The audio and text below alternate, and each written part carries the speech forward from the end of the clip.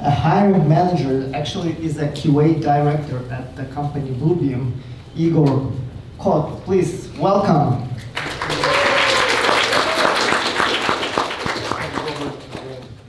Oh, Robert.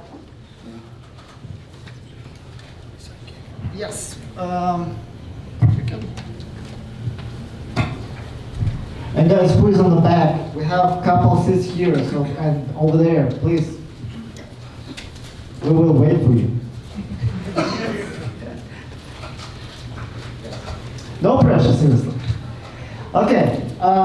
First of all, just stand over there. First of all, I want to say thank you for volunteering.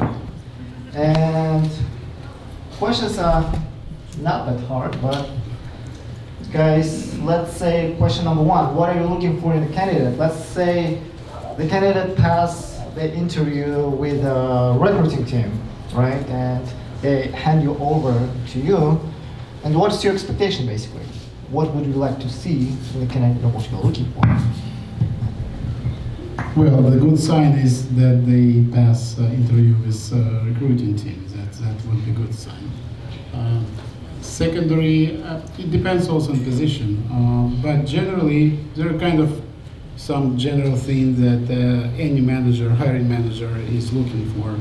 First, it's the person is able to raise interest and demonstrate knowledge, because that sometimes people come into interview and you see no interest and no life in their eyes. They just like come into, I don't know what the purpose of the coming for them for interview, but that happens quite often.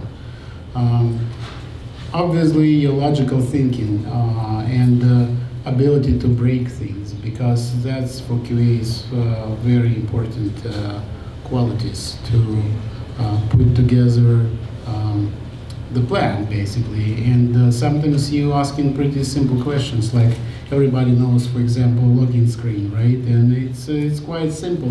And you can ask person, okay, how you imagine that you don't have any specification for that login screen? And usually it has what, username, password, forget username, okay, cancel, whatever it's there, 5 controls, right, or 6 controls. But you asking, okay, what data you will need to test it, first of all, right? And secondary, how you will test it. And some people, even without experience, come in with what they need to know and how they will test, like this, basically, like in 1-2 minutes. And some people, you just, put you in the corner, and you're just surprising how those people survive in the industry, because they start thinking, scratching their heads, and they start asking questions, and you're pushing them to right direction. You kind of giving them a hint to what they need to ask you and how they need to proceed, and they just are not responsive. So that's very important that you are able to demonstrate those qualities. And of course, it depends on positions that you apply to, right? If it's a development position, for example, it says that position, then you obviously need to demonstrate some programming skills and share your experiences again, and stuff like that. It's very important also that your resume is matching with what you were doing actually, because very often as a hiring manager, you open resume and see skills, right? And there is 300 different languages and tools and everything there, whatever you can imagine, right? But then you start reading what actually that person was doing at last job or a job before that, and you see that there is nothing absolutely related to what they claiming that they know. So try to, if you go in for the interview and you're expecting that someone will hire you, try to pair this, try to match it. And it's very easy for us, people who are in the field with many years experience, to find out, do you know something or you don't? It's pretty easy. You can ask 1, 2, 3, 4 questions, and there is already basically a clear picture in your head how much the person knows. Robert, do you want to add something, please? Yeah, a lot of the same kind of things. When I was just starting out hiring people years ago, I much like you was surprised how easy it was to kind of half the audience by people who could answer a hypothetical question. Like I would ask them, test this chair, and half the people would just not be able to do it. And it was like, I couldn't believe it. They would get past all of these screenings. They know all this technical information that was provided. They had all this experience. But when I said, test this chair, they couldn't come up with 2-3 tests. And it's just like, I was just like, good first question for anybody is, can you test something that has nothing to do with anything technological? And that tells me a couple things. Do you have a testing mind?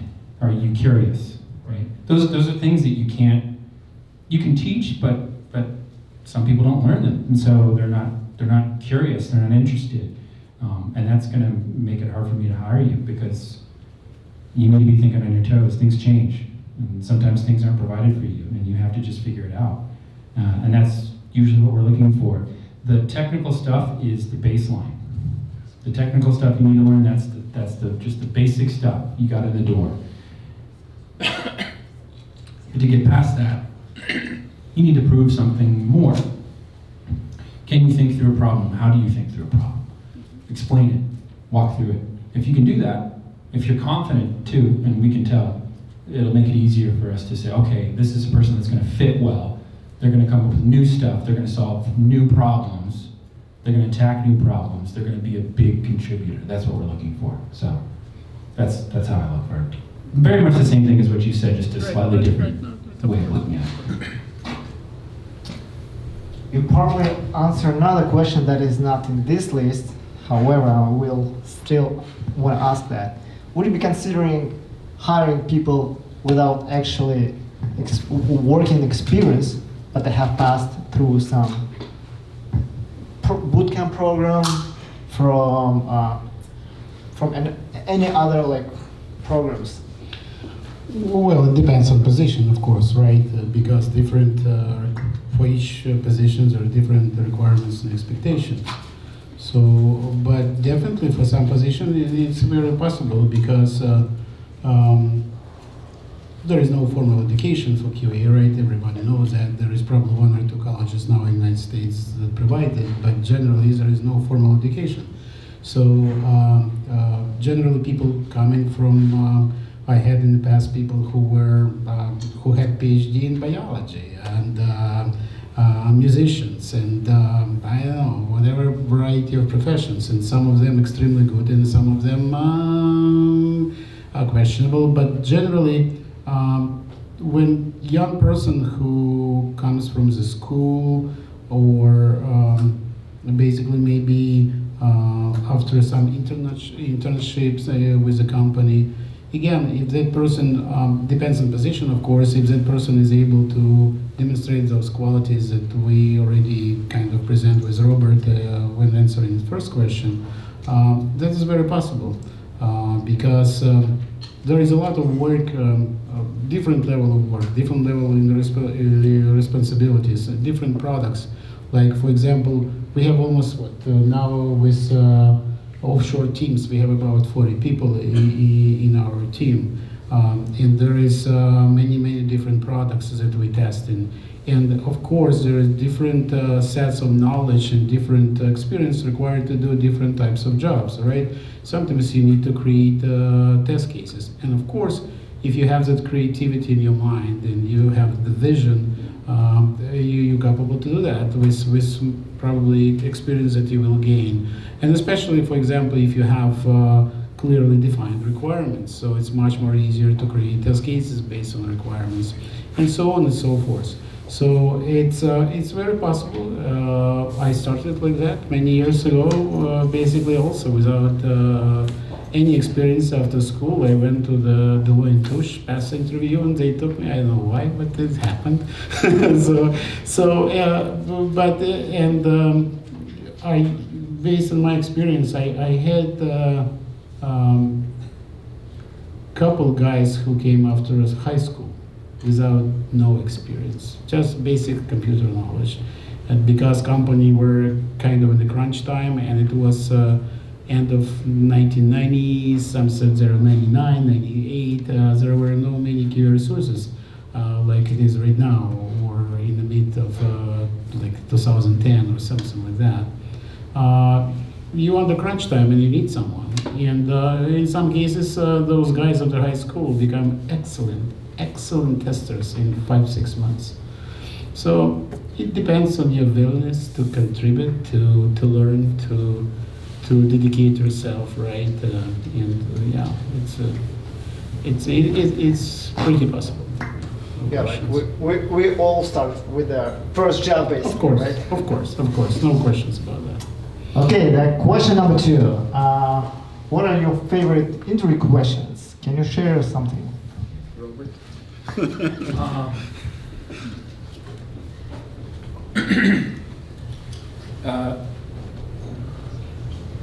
I started to ask the question, when has something gone wrong? When have you messed up or failed? And then how did you learn from that? Or some sort of form of that question. And I think the reason why I asked that is that I like to see the answer. I can get a lot from that answer about somebody's ability to improve, which I think is more important than getting it right always. It's when you get it wrong, how do you fix it? Like, how do you make it better? How do you re-attack a problem and figure out what went wrong? Like, to me, that always gives me more understanding of who that person is and how they're going to fit in the team. Usually you get a sense of, are they over arrogant? Are they under confident? I mean, there's a lot of things you can get from that that you won't get from other more technical questions. I always like to ask them to ask me questions, and I really pay attention to the kind of questions they ask, and once I get annoyed when I'm a little bit bored by some people's questions, and that's like, it's not like it's gonna be over at that point, but I'm a little bit like, I'm always looking for them to ask a unique question, and like maybe 1 in 10 asks me a unique question, and I'm always like really excited about that, so yeah, it's, yeah. Yeah, my favorite question though depends on position again that the applicant is applying for, right? For example, when you're applying for performance test engineer, I always ask him what is the most challenging task for performance engineer, and the people with experience definitely knows that it's getting requirements for the performance because that nobody wants to give it to you. It's usually extremely hard thing to get, so that's the most challenging. They just don't know. Well, it's not just don't know. It's also responsibility because if someone tells you that okay, it's 10,000 hits per second, the system should handle, in reality there will be, and you will test for 10,000, there will be 20,000 after that, and system will fail. Guess what? That person is accountable. It's not you as a tester. He is accountable for that. So it depends. I like if it's kind of entry-level positions, I like to ask questions. For example, like login that I gave you example already, right?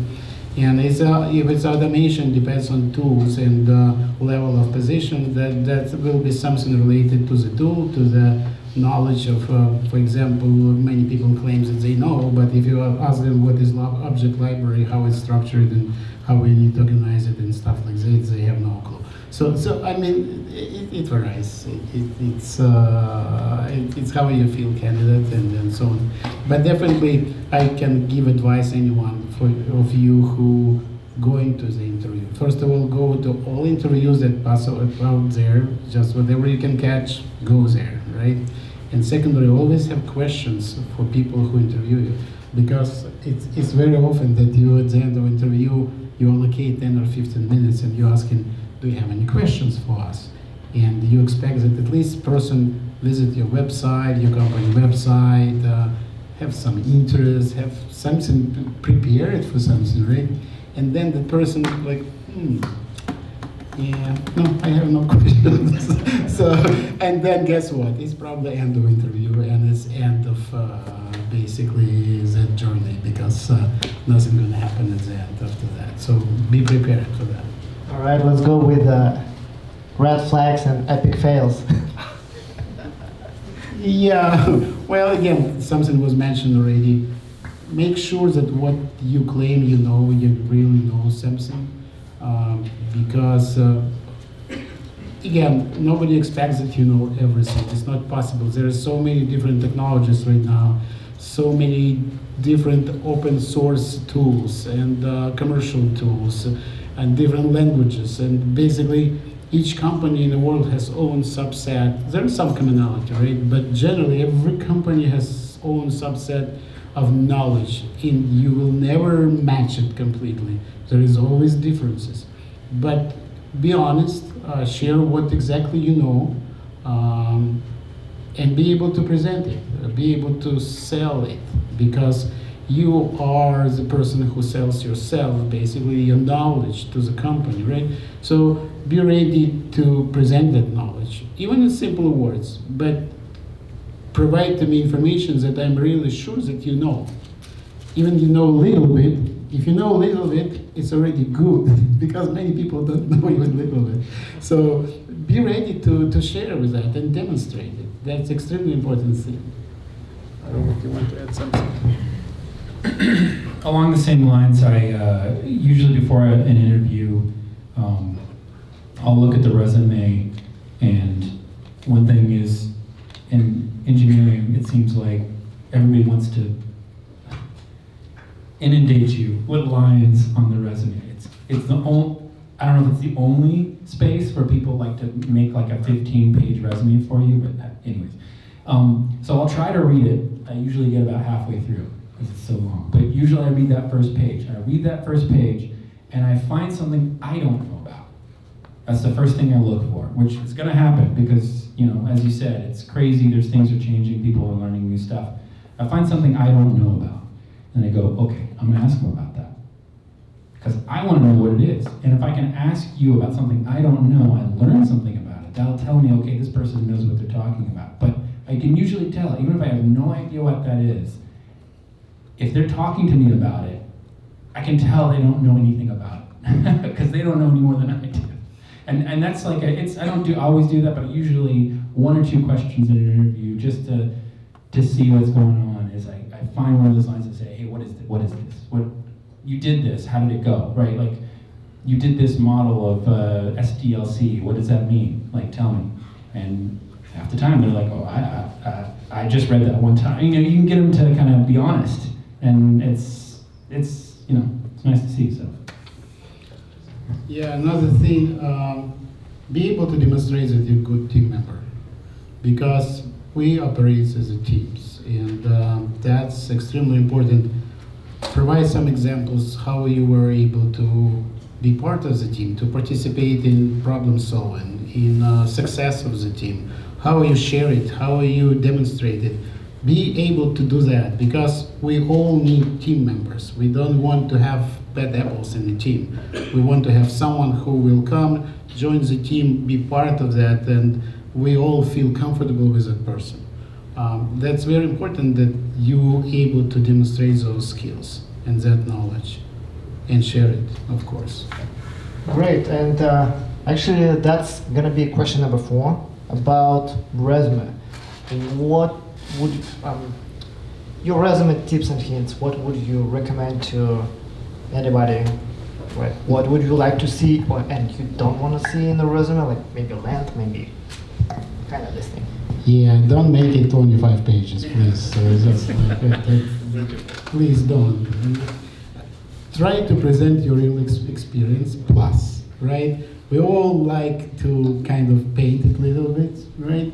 But put enough painting around so it's not too much, that it's just a little bit, right? So I can understand, right? This guy knows what he's talking about. Yeah, there's probably a little bit BS there, but generally it's fine, it's correct. And what I was saying, pair your knowledge with what you actually, if you're claiming that you were at work, and your responsibilities were A, B, C, D, whatever you were doing, your skills basically should represent the same. Don't put there much that you have no idea about. Put something there that you at least know something. At least if I ask you even simple questions about that, right? Okay, some people, okay, working with AWS, okay, you're asking what is AWS, and person is not able to answer to you. Or the tools, what's the difference between these tools and this tool? Like many people now, very popular is exploratory testing. So many doesn't know what it is. There are books about that. There is a bunch of information on the internet. Go read it. Go at least have general understanding of what it is. Because if I'm asking what is acceptance testing, or what is exploratory testing, or what is performance testing, and you claiming that you were doing this, you need to understand at least what it is. What's the difference between, generally, don't dive into the details. That's another advice for you. Don't put too many details in your resume. Try to make kind of middle-sized statements which will outline your experience and what you're exactly doing. Don't write poems there. Nobody can read it. Because if some long resume comes to me or to Robert, guess what? It's probably going there. Because the sign, what sign it gives, that person cannot present themselves in short manners, in short way. It's mean, and sometimes I was really experiencing that person that you train with long resume comes, and when you ask question, you cannot stop that person. That person just talking, and I'm surprised. There is no even breaks between words. So you're trying to stop and ask questions or return something. There is no possibility of that. It's just like come on. So that is important. So 1-2 pages resume is more than good enough. And of course it should be very well organized. Make sure, please, that if you apply for QA position, there is no grammatical mistakes. Okay, please, because you will be surprised how many resume you open and there is extra spaces and the wrong spelling and and you're applying for QA position. So guess what? You cannot test even your resume. How I can expect that you will do a good job testing our products or any product at all? So those kind of questions, answers, or advices that I will provide to you. Robert. Yeah, I think with QE or QA, as opposed to developer, you have to actually know how to spell. Because you need to have good written communication, and that will be a big sign that, yeah, maybe you can make it as a developer, but you're not going to make it as a QA. So, at least make sure to went through the grammar. Right. These days, I think it's hard because there's all these algorithms that people are trying to trick by putting in keywords and stuff like that. We can't stop that. That's how it goes. But I think the main thing to kind of harp back on that you said was, whatever you put in there, you should be able to talk intelligently about. And so if you can't, you shouldn't put it in there. Even if it's going to get you in the door, you're going to be in trouble if you can't talk about it. So, yeah.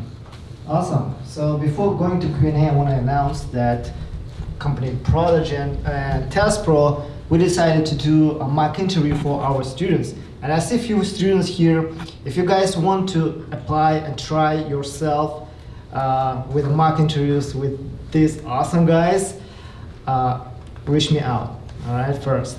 And we'll do the process and we'll set up the interview. I think that's amazing. And questions? Do you guys already cover those and do you recommend submitting cover letters? To be honest, I submit cover letter once. I don't believe in it. At the the same time, if a company requires it, it's a requirement, you must do that because that's what company expects. And many HR departments will just put your resume on the site if there is no cover letter presented. But again, be very precise in your cover letter. Don't write poetry there. Nobody needs it. It should be very short representation, why and what, right? So, yeah. Let's ask HR team. Do you guys looking for cover letters? Actually, Bluebeam is one of the rare companies that requires a cover letter, and we actually read them. Shows us a little bit about your creativity and, like Robert said, your interest in the company. So I've seen a lot of cover letters that are like copy-paste, and so that's a red flag for me. If I see like a different company in there, sometimes I've seen that. So please double check your cover letters. I've seen some really creative stuff. Like this guy made a comic strip. I've seen some cool pictures and projects that people have done. So that always catches the recruiter's eyes for sure. So yes, for us. So you see there's two different opinions. So, yeah. Can I add that? Look at the cover letter as a way to tell a story about you that doesn't show in your resume. So it's just an extra way to say, this is me as a whole person, not just me in my workplace. So we read them, we read everyone. Can you give like maybe a few hints about cover letters? Like how many sentences should be there, or just one or two, or like the length of cover letters? The length of it? Oh, it can be like literally a couple sentences that are really pointed. Like, this is who I am, this is why I'm a great fit for Bluebeam, and this is why I'm a great fit for this job. And like, that's it. Like, if you can really sink it down to just that, that'll work. It doesn't need to be long, it just needs to be impactful. So, yeah. But there would cover letter would be That's one, right? Well, yeah, many companies where I was before, we didn't require that. But again, like I said, if company requires, of course you must do that. No questions about that. Yeah, go ahead. As for QA automation position, do you think that the coding challenges are important part of the interview process, or it's just a nice thing to ask or to solve from a candidate? Well, the technicality of the position is basically something that we validate with you, because depends on the level of positions. Because, for example, for automation, we have 5 different levels of engineers for automation. So, based on positions that you apply to, we expect understanding of basic programming skills, or more than that. Depends on the level that you apply to. So, and normally we also will, part of the interview process, we will ask you, we will give you a task that you need to basically provide to us solution for the task in programming languages. That maybe we require C# and Java, you can do it in Java or Python, but at least it will present to us that your basic understanding of basic programming principles and so on and so forth. Let's do one more question. Go ahead. So in IT, there's a bunch of different tools that essentially do the same productivity.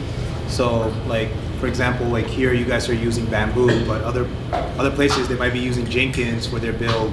How much of it is, like, do you guys look for requirements in terms of the tech stack that comes in from like a QA perspective or a developer perspective that might not be using the same technology, but might be using a similar technology, and they can explain in an interview how it's done?